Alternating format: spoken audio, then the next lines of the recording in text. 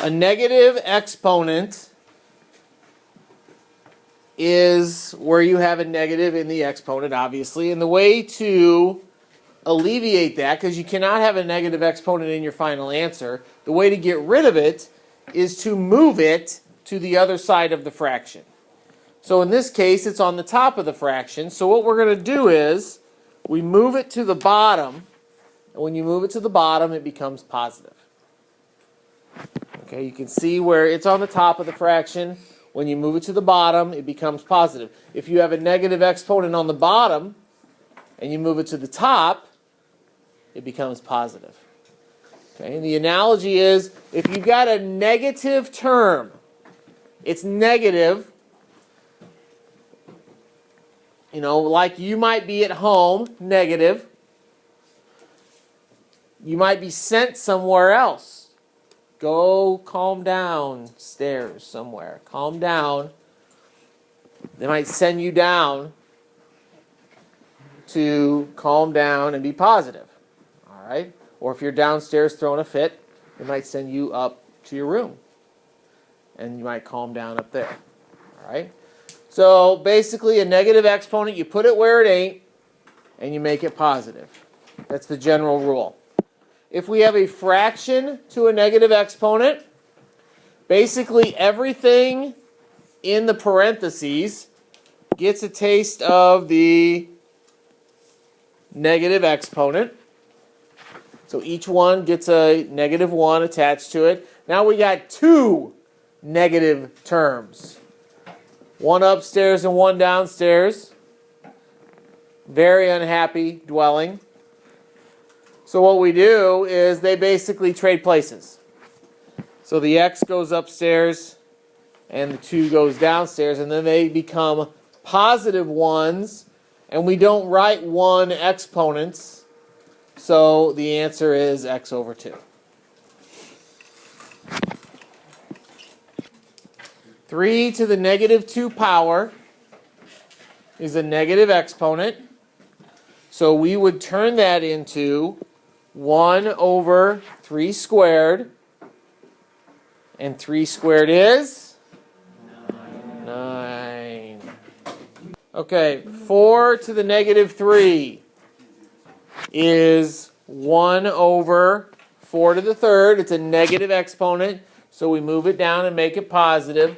So now we have to do 4 to the third power, which is 4 times 4 times 4. 4 times 4 is 16. And 16 times 4, multiplying by 4 means double it twice. So take 16, double it twice. What do you get? 64. So it's 1 over 64. Next one. 6 to the negative 2 is 1 over 6 squared, which is not 12. It is 36. Okay. Let's try this. Now this dwelling has some happy exponents. Not everyone in the dwelling is negative. I'm sure that happens in your dwelling where one exponent is going off and throwing a fit, but everybody else is just fine. All right. When that happens, yes? What we're going to do is, the y is the only one that needs to move. Everybody else is fine. Why punish everybody for what the y is doing? So all that needs to happen is the y goes down.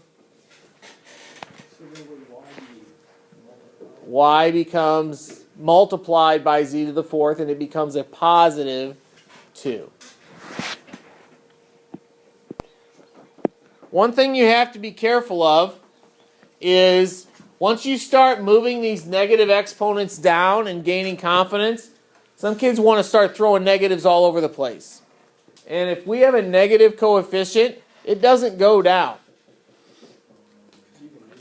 It stays. This rule is only for negative exponents. We've been having negative coefficients for years. We haven't been throwing them down in the denominator. All right, let's not start now. Negative exponents are the only terms that move. Don't get crazy. All right, now you try this one. Answer. On top, we have a to the fourth, d to the fifth. And on the bottom, c to the second, b to the seventh. Correct answer. We are going to move the z up top. We are not moving the negative 3 to the bottom. And we are not putting a 1 on the bottom. In this example, we have made it a little more difficult because now we have coefficients top and bottom. What that means is you're going to have to simplify that 28/18. Basically, you're going to have to reduce it as a fraction without a calculator. All right, so you're going to have to simplify that fraction and then deal with your variables. Go ahead and give it a try. What we have here is you need to have a 14/9 on your paper because you can divide the 28 and the 18 by 2. And then I see that the y would move down. And you could either have 9y to the 6th z or 9zy to the 6th. Either one of those, there's your correct answer. Let's keep going. Try that one. Fraction simplifies to -4. And I'll put a placeholding 1 there for now, even though it's going to go away. And my variables will all stay, except for the r, which moves up. And so my final answer will look like that.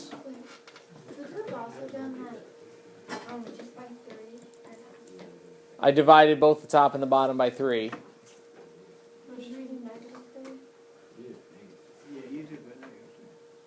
Yeah, the negative has to move up. All right, try that one.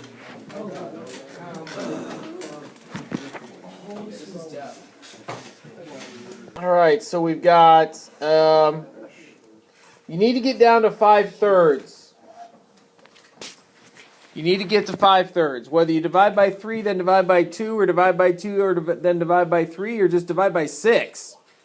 You should end up at 5/3, and then the letters should end up looking like that in some sort of order.